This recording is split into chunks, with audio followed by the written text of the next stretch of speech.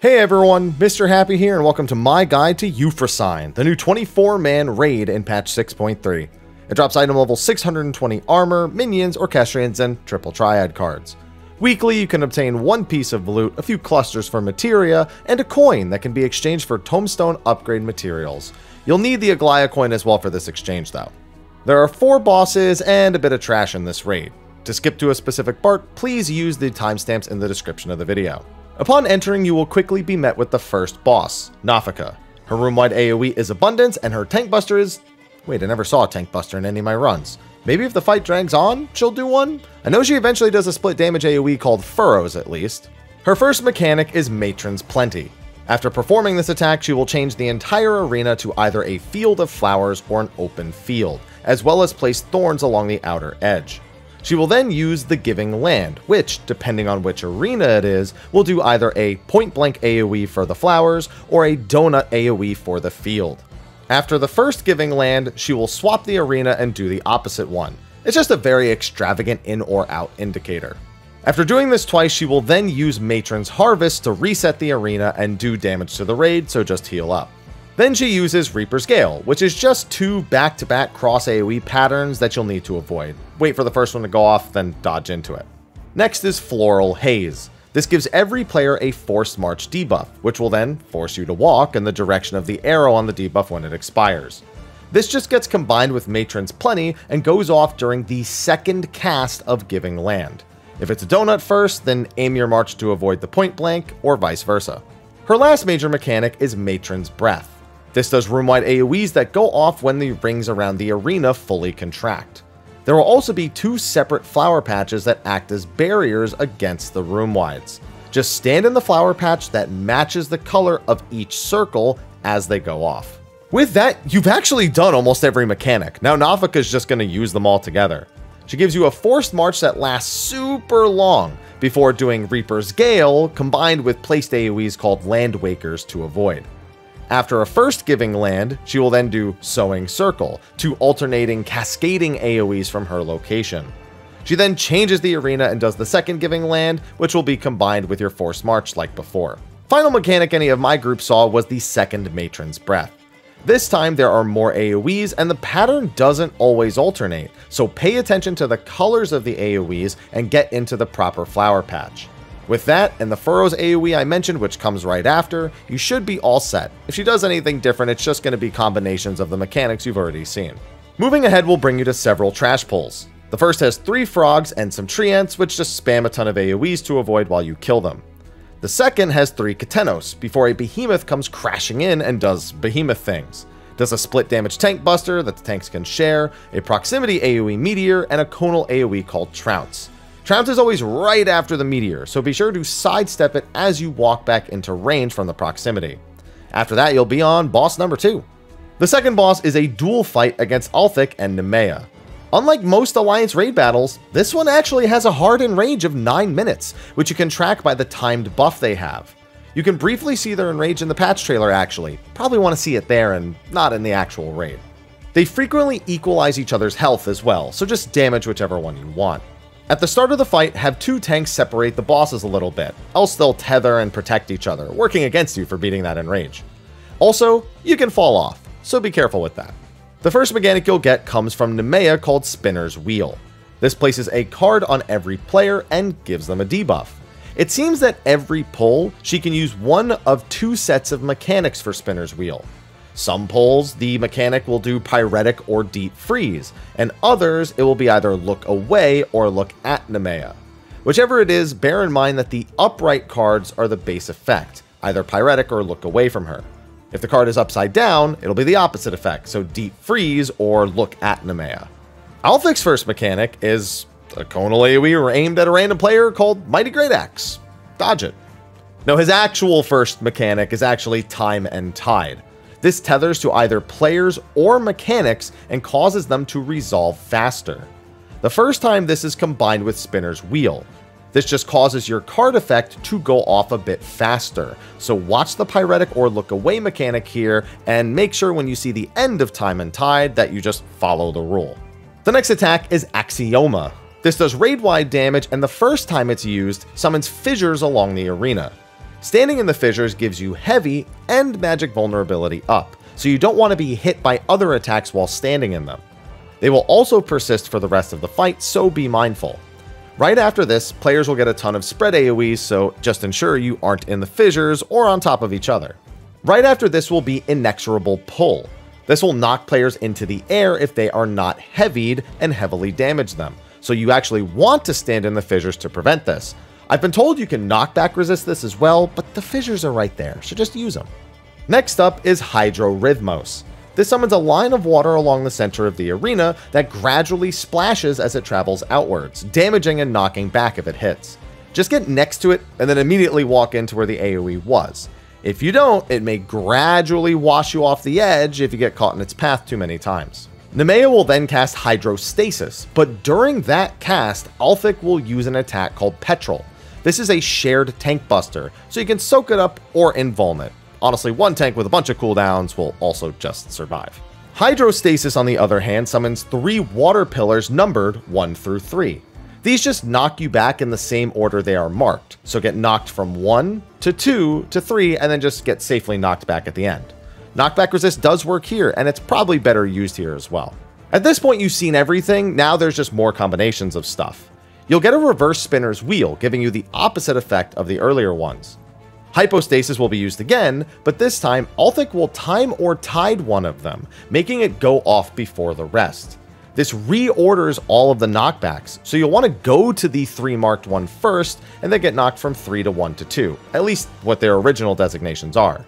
The numbers over the markers will get updated after he time and tide, so you will have a good read on them from that point. If you're confused and need a second to adjust here, use your knockback resist. Next will be a spinner's wheel, but not everyone will get the same effect. Some of you will have your cards flipped and some of you won't. Look for the card flipping over your head and keep it in mind as you dodge another Hydrorhythmos. After the initial splash, Althyk will speed up the remaining splashes, so if you aren't in the initial AoE, expect to get washed off quickly. Now this is as far as any of my groups saw, roughly 4 minutes away from that Enrage. Expect the mechanics you've seen to continue to be combined and sped up, so be mindful of all of that and the fissures and cards. Do that and you'll be fine. After the second boss will be several Druvas and Colossi, which once again do tons and tons of AoEs and even some tank busters. Watch the overlapping donut AoEs in particular and just kill everything on the field to get to the third boss. The third boss is Halone, and she has a lot of pattern recognition and memory mechanics. Her basic raid-wide is Rain of Spears, which actually hits 3 times. Spears 3 is her tank buster, which hits every tank with an AoE, so don't stand on the tanks here. Halone's first big mechanic is Tetrapagos. This does 4 back-to-back AoEs, with their order shown to you during the cast of the skill. You'll have point-blank AoEs, donut AoEs, and left and right AoEs. There is nothing to this, but remembering the order and dodging them accordingly is what you're going to have to do. I always do something like out loud say to myself like out, left, right, in, just so I know where my safe spots are. After this, you will put down 3 towers that also act as split damage AoEs called Doom Spears. Alliance A go to the northwest one, B to the south, and C to the northeast to ensure the towers are taken and the damage is split properly. Next is Thousandfold Thrust. This shows several symbols around Halone that quickly begin to converge. Once they've all converged, you will do a persisting half-room AoE on that side, so dodge this and stay on the safe side of the room. Then she uses Lochos, which just hits the room with 2 persisting half-room AoEs. This leaves 1/4 of the room open, so stay there once you dodge these. Halone will then use Will of the Fury. This summons a cascading AoE that starts along the outer edge and gradually moves in. If it hits you, you will be frozen on top of taking a ton of damage, so don't let that happen. Just wait for it to hit and then move into where it hit before. She will also use Wrath of Halone, a proximity AoE from the center. Make sure you dodge away from the center while avoiding Will of the Fury. She will then shortly after teleport north and go untargetable as she charges up her Fury's Frost gauge. She will also summon 3 glacial spears that the party needs to kill to stop her charge. Same positions as with the Doom Spears, A northwest, B south, and C northeast. You can mark these before the fight if it helps. While killing your spear, you will need to dodge and spread from AoEs in an enclosed space. If you take too long killing them, a new spear will appear in the center and do a rotating AoE. Well, the spear will always appear, but you can skip the rotating AoE altogether. Get behind its rotation just in case, and follow it while you finish off the spear in your sector. Once those spears are dead, kill the spear in the center and brace for the raid damage from Halone. At this point, you've seen everything, but Halone will continue to combine them to section off large portions of the room and make smaller safe spaces.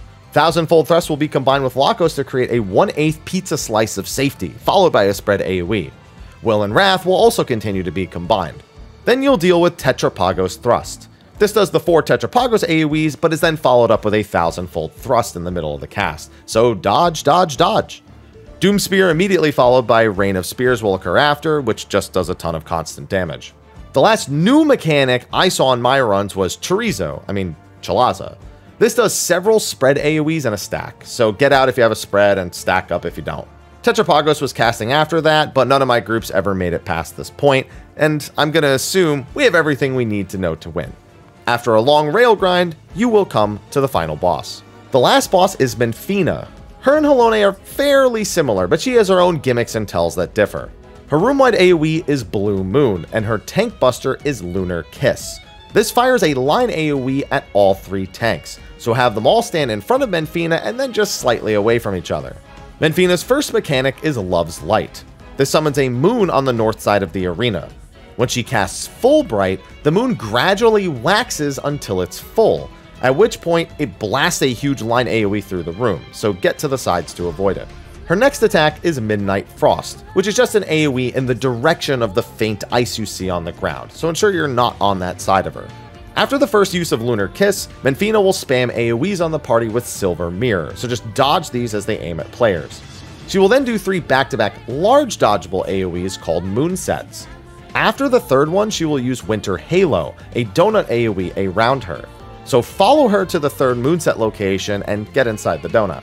She then uses another Love's Light, but this time it summons 4 moons around the arena. 2 of them are already partially waxed, so when she casts Full Bright, these ones will detonate their ground AoEs first. Go to the darkest moons, wait for the first AoEs to go off, then dodge into the open spots. After that, she will teleport to the center and cast Selenane Mysteria. This makes her untargetable and summons 4 ceremonial pillars that you'll need to kill before she charges her gauge to full. There's going to be spread and conal AoEs that pop up, but just stay healthy and dodge and this should be easy. Mitigate her big AoE and you're on to the second half of the fight. In Phase 2, she introduces her pet wolf, who has its own attacks. Whenever Menphina uses certain skills, the doggo will also use a half-room AoE. This means that more of the arena is going to be cut off during most mechanics. He can also use Playful Orbit, which just lets him separate from Menphina and do the half-room cleave from another location while she does her own stuff. Menphina will also gain a few new attacks.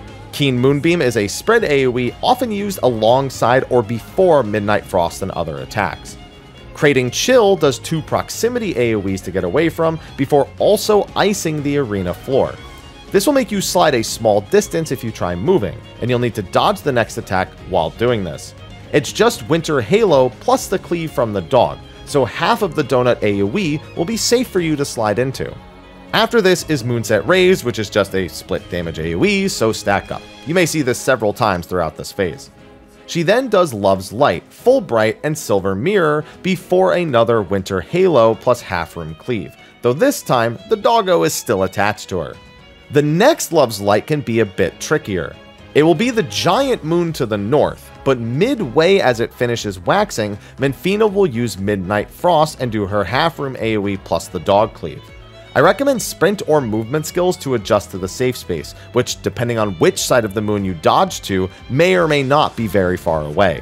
You can try to wait until the last second to avoid this problem to try and go to the safe side before the moon fires off, but I'd sprint and just expect to do a lot of running here, just in case. At this point, the fight will just keep combining mechanics as you've seen, but you'll likely be defeating the boss around this time, if not shortly after. And with that, you have finished Euphrosyne. That's going to be a wrap for my guide to the new 24-man and 6.3 Euphrosyne. Be sure to like, favorite, subscribe, and share, and stay tuned for more stuff on patch 6.3, and of course, Omega Ultimate coming on January 24th. Until then, thank you for watching, and I'll see you in the next one. Take care.